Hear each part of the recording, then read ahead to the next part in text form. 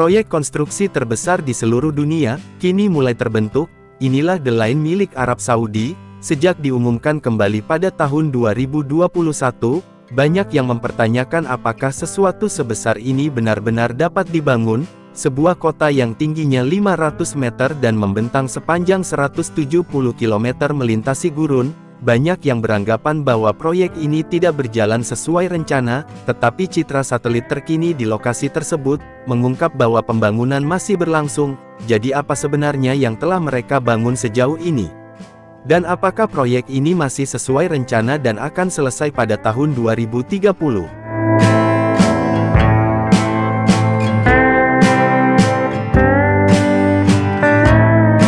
The Line merupakan proyek terbesar dan paling ambisius di seluruh dunia, kota linear besar yang direncanakan setinggi 500 meter, dan membentang sepanjang 170 km melintasi gurun Saudi. Kota ini tidak akan memiliki mobil, tidak ada jalan raya, dan sepenuhnya ditenagai oleh energi terbarukan. Setelah selesai, kota ini akan menjadi rumah bagi sekitar 10 juta orang. Sisi positifnya, pendekatan baru terhadap perencanaan kota ini dapat menghasilkan sistem perkotaan yang lebih bersih, lebih efisien dan lebih berkelanjutan. Namun di sisi lain hal itu juga sangat kontroversial, dan di mata sebagian orang mungkin bahkan distopia, tergantung bagaimana Anda melihatnya.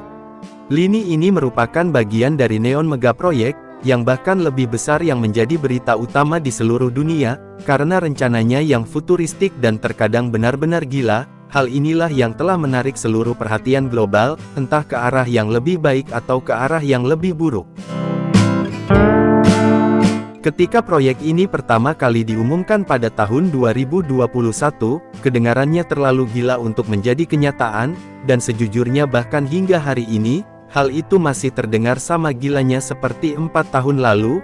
Banyak orang mengira kalimat itu tidak akan pernah melampaui render, dan video viral yang beredar daring. Namun pada Oktober tahun 2022, rekaman drone yang baru dirilis mengungkapkan bahwa kota linear sepanjang 170 km itu sebenarnya telah mulai dibangun. Pekerjaan penggalian besar-besaran sudah berlangsung, mengukir parit lebar melalui padang pasir, di mana fondasi jalur tersebut akhirnya akan dibangun. Yang lebih mengejutkan lagi adalah, citra satelit tampaknya menunjukkan bahwa mereka benar-benar menggali sepanjang 170 km. Sejak awal rekaman drone juga mengungkap armada kendaraan konstruksi, area persiapan, dan seluruh komunitas baru yang dibangun di sepanjang rute yang direncanakan. Perkembangan ini merupakan tanda nyata pertama, bahwa Arab Saudi serius ingin mewujudkan visi berani mereka menjadi kenyataan. Namun pada tahun 2024, rumor mulai beredar, bahwa skala antrean akan dikurangi secara drastis. Namun pembaruan terkini ada banyak perkembangan baru seputar proyek kontroversial ini. Jadi apa yang sebenarnya terjadi pada proyek tersebut? Dan apakah proyek itu masih berjalan? Kita akan menelusurinya dalam video ini. Kepergian mendadak CEO Lama Neon. Menurut sebuah artikel di Wall Street Journal, alasan keluarnya secara tiba-tiba ini tidak diketahui. Neon sendiri juga tidak memberikan penjelasan apapun mengenai perubahan mendadak itu. Sekitar waktu ini, dua peran senior lainnya dalam proyek tersebut juga tiba-tiba digantikan tanpa penjelasan yang jelas kepada publik. Sekarang ini hanya spekulasi kami, tetapi perubahan tak terduga ini mungkin ada kaitannya dengan penurunan skala proyek. Pada titik ini sebagian besar NAM sudah jauh melebihi anggaran, dan jauh tertinggal dari jadwal. Arab Saudi harus membuat beberapa perubahan besar jika mereka ingin memiliki harapan untuk menyelesaikan proyek besar mereka. Karena itu mereka memutuskan untuk mengganti CEO lama dengan seseorang yang mengelola dana, yang membiayai seluruh mega proyek Neon, seseorang yang sudah sangat akrab dengan sisi keuangan proyek. Pemfokusan ulang ini kemungkinan besar menyebabkan pengurangan ukuran jalur. Pejabat NAM mungkin menyadari bahwa rencana awal terlalu mahal, dan tidak realistis, meskipun mereka kemudian mengklarifikasi perubahan tersebut dengan menyatakan bahwa ini sebenarnya adalah rencana mereka selama ini. Menurut mereka rencananya adalah membangun jalur tersebut, modul demi modul selama beberapa dekade. Kebenaran pada pernyataan itu secara finansial dan logistik mustahil untuk membangun seluruh jalur sepanjang 170 km itu pada tahun 2030, dan para pengembangnya mungkin sudah mengetahui hal itu sejak awal. Jelas bahwa meskipun dana investasi publik memiliki kantong yang sangat dalam, itu masih belum cukup untuk merampungkan jalur dan sisa neon, sebagaimana yang direncanakan semula, dan sejujurnya hal itu mungkin tidak akan pernah terjadi, karena perkiraan biaya untuk membangun seluruh neon pada tahap akhirnya, kini telah meroket hingga 8,8 triliun dolar, ya kalian tidak salah dengar, 8,8 triliun dolar, jumlah itu lebih dari 8 kali lipat PDB keseluruhan Arab Saudi. Saya pikir cukup aman untuk mengatakan bahwa rencana awal untuk jalur tersebut, mungkin tidak akan selesai dalam waktu dekat.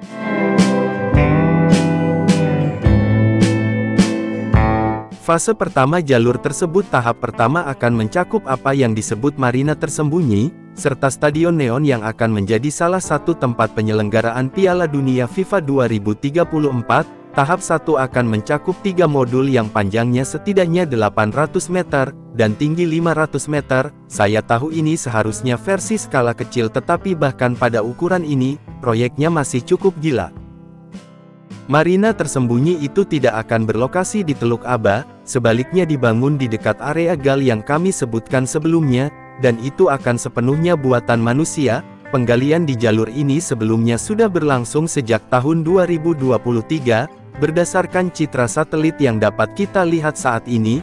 Lokasi tersebut dipenuhi armada truk yang sibuk mengangkut batu, pasir dan tanah dari lokasi penggalian. Jika kita memperbesarnya, kita bahkan dapat melihat apa yang tampak seperti jalur air buatan di marina, yang pada akhirnya mengarah ke pantai. Selain itu, rekaman drone dari lokasi yang diambil pada bulan April tahun 2025, menunjukkan kepada kita gambaran yang lebih dekat tentang apa yang terjadi.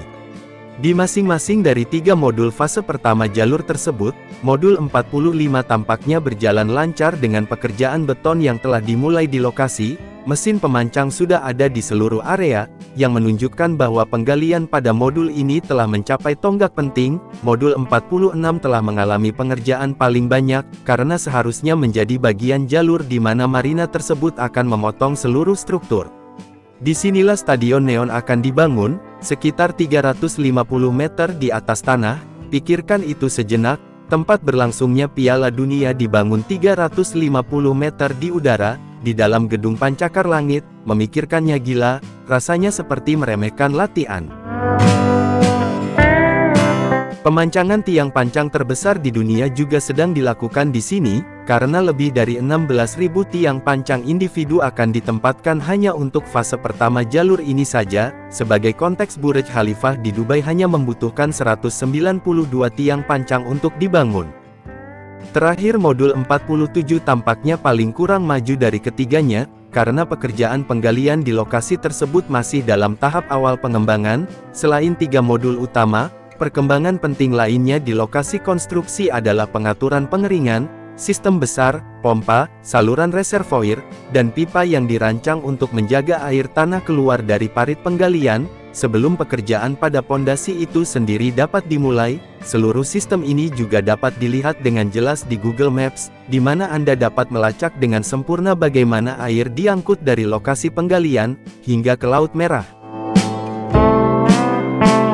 Bagaimana menurut kalian tentang proyek ambisius Arab Saudi ini?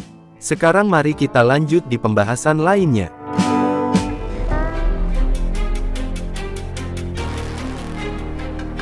China kembali membuat Amerika terguncang, dengan proyek terbarunya. Kaisar Putih menarik semua perhatian. Jet tempur generasi ke-6 yang dikembangkan Afik, ini merupakan upaya berani Cina untuk mendominasi kancah pertempuran udara global. Untuk saat ini hanya sekedar tiruan, tetapi jika Cina mengubah konsep ini menjadi kenyataan, mereka dapat menulis ulang aturan peperangan udara. Video kali ini, kita akan mencari tahu, apa keunggulan jet tempur baru milik China ini.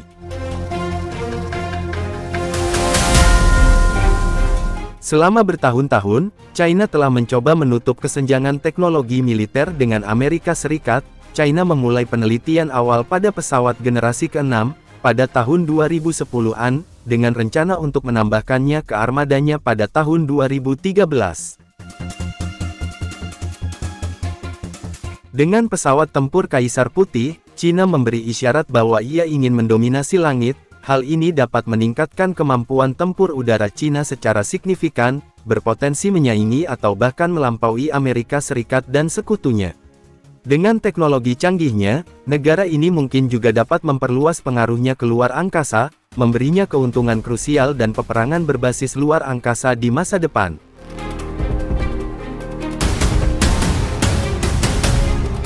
China memamerkan Kaisar Putih di pameran udara Zhuhai 2024. China bermaksud menjadikan Kaisar Putih sebagai pesawat tempur revolusioner, yang dilengkapi dengan teknologi tingkat lanjut, dengan desain membentuk berlian, dan terbuat dari bahan penyerap radar. Jet ini hampir tidak terlihat oleh radar musuh, dan Kaisar Putih ini dibuat dengan mesin baru yang kuat, agar dapat menangani ketinggian ekstrim dan kecepatan gila.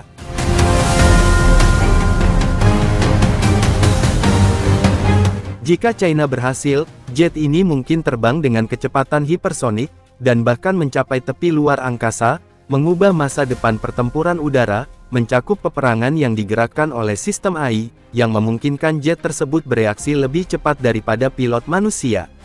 Bahkan ada spekulasi tentang senjata energi terarah, yang berpotensi memungkinkannya untuk menghancurkan rudal yang datang dari langit.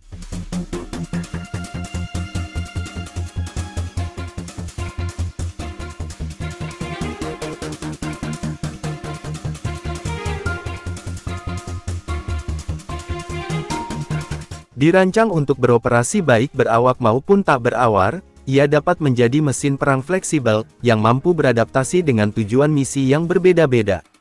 Yang terpenting, Kaisar Putih diharapkan menjadi pesawat yang berpusat pada jaringan, artinya ia akan terhubung dengan jet lain, drone, kapal, dan unit darat, menghubungkan semua peralatan militer bersama-sama, dan memproses serta menyinkronkan datanya secara real-time. Ini akan memberi militer China gambaran medan perang yang jelas, yang memungkinkan respon yang lebih cepat, keputusan yang lebih cerdas, dan serangan yang lebih terkoordinasi.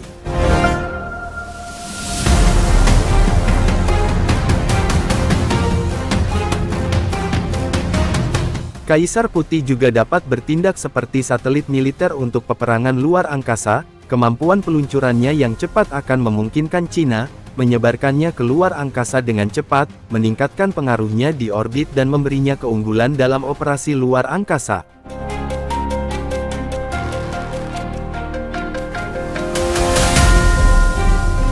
Kaisar Putih masih sekedar konsep, namun jika Cina berhasil mewujudkannya, kita dapat melihatnya bereaksi pada tahun 2030-an, tepat ketika Amerika Serikat berencana meluncurkan pesawat tempur generasi berikutnya. Jika berhasil, Kaisar Putih dapat secara serius menentang dominasi udara Amerika Serikat, yang memaksa terjadinya perubahan strategi, bahkan mungkin memicu perlombaan senjata baru, dengan kedua negara adidaya berlomba untuk membangun rencana perang yang paling canggih. Bagaimana pendapat kalian tentang jet tempur Kaisar Putih yang direncanakan oleh China ini? Beritahu kami di kolom komentar.